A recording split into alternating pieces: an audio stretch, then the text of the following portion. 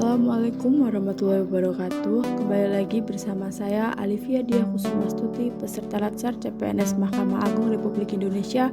Kali ini saya akan meresum agenda 3 mengenai manajemen ASN.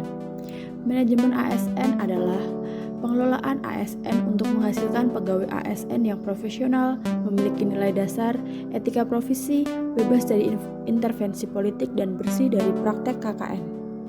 Berdasarkan Undang-Undang Nomor 5 Tahun 2014, kedudukan ASN ada dua, yaitu pegawai negeri sipil yang merupakan warga negara Indonesia yang memenuhi syarat tertentu diangkat sebagai pegawai ASN secara tetap oleh pejabat pembina kepegawaian untuk menduduki jabatan pemerintahan dan memiliki nomor induk pegawai secara nasional. Yang kedua adalah pegawai pemerintah dengan perjanjian kerja, yaitu yang memenuhi syarat tertentu yang diangkat berdasarkan perjanjian kerja untuk jangka waktu tertentu dalam rangka melaksanakan tugas pemerintahan sesuai dengan kebutuhan instansi pemerintah dan ketentuan perundang-undangan.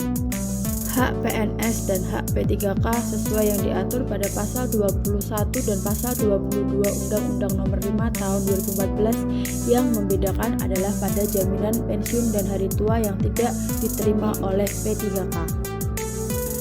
Kewajiban ASN adalah suatu beban atau tanggungan yang bersifat kontraktual, sesuatu yang sepatutnya dilaksanakan oleh ASN. Terdapat 8 kewajiban seorang ASN. Yang pertama, setia dan taat pada Pancasila, Undang-Undang 1945, dan NKRI. Yang kedua, menjaga persatuan dan kesatuan bangsa. Yang ketiga, melaksanakan kebijakan yang dirumuskan pejabat pemerintah yang berwenang. Yang keempat, mentaati ketentuan peraturan perundang-undangan. Yang kelima, melaksanakan tugas kedinasan dengan penuh pengabdian, kejujuran, kesadaran, dan tanggung jawab. Yang keenam, menunjukkan integritas dan keteladanan dalam sikap, perilaku, ucapan, dan tindakan kepada setiap orang, baik di dalam maupun di luar kedinasan.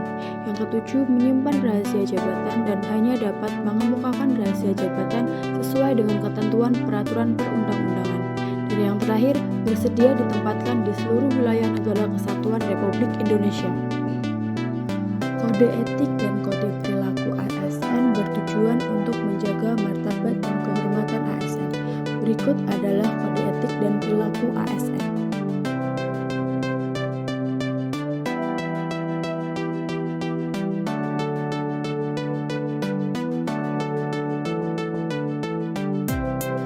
Sistem merit sebagaimana pada pasal 1 Undang-Undang ASN tentang ketentuan umum adalah kebijakan dan manajemen ASN yang berdasarkan pada kualifikasi, kompetensi, dan kinerja secara adil dan wajar dengan tanpa membedakan latar belakang politik, ras, warna kulit, agama, asal-usul, jenis kelamin, status pernikahan, umum, atau kondisi pencatatan.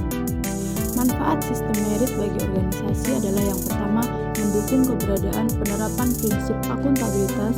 Yang kedua, dapat mengarahkan SDM untuk dapat mempertanggungjawabkan tugas dan fungsinya. Dan yang ketiga, instansi pemerintah mendapatkan pegawai yang tepat dan berintegrasi untuk mencapai visi dan misinya. Dasar hukum manajemen ASN sebagaimana yang diatur pada Undang-Undang Nomor 5 Tahun 2014 tentang Aparatur Sipil Negara, manajemen PNS diatur mulai dari pasal 55 Undang-Undang ASN sampai dengan pasal 92. Sedangkan dalam manajemen P3K diatur dari mulai pasal 94 sampai pasal 105. Pegawai ASN berhimpun dalam wadah Korps Profesi Pegawai ASN Republik Indonesia.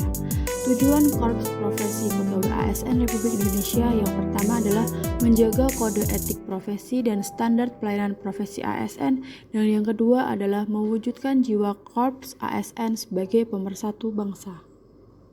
Sedangkan fungsi organisasi Korps Profesi Pegawai ASN adalah pembinaan dan pengembangan profesi ASN, memberikan perlindungan hukum dan advokasi kepada anggota Korps Profesi ASN, memberikan rekomendasi kepada Majelis Kode Etik instansi pemerintah terhadap pelanggaran kode etik profesi dan kode perilaku profesi, dan yang terakhir adalah menyelenggarakan usaha untuk peningkatan kesejahteraan anggota Korps Profesi ASN. Sekian resum agenda 3 mengenai manajemen ASN. Terima kasih atas perhatiannya. Wassalamualaikum warahmatullahi wabarakatuh.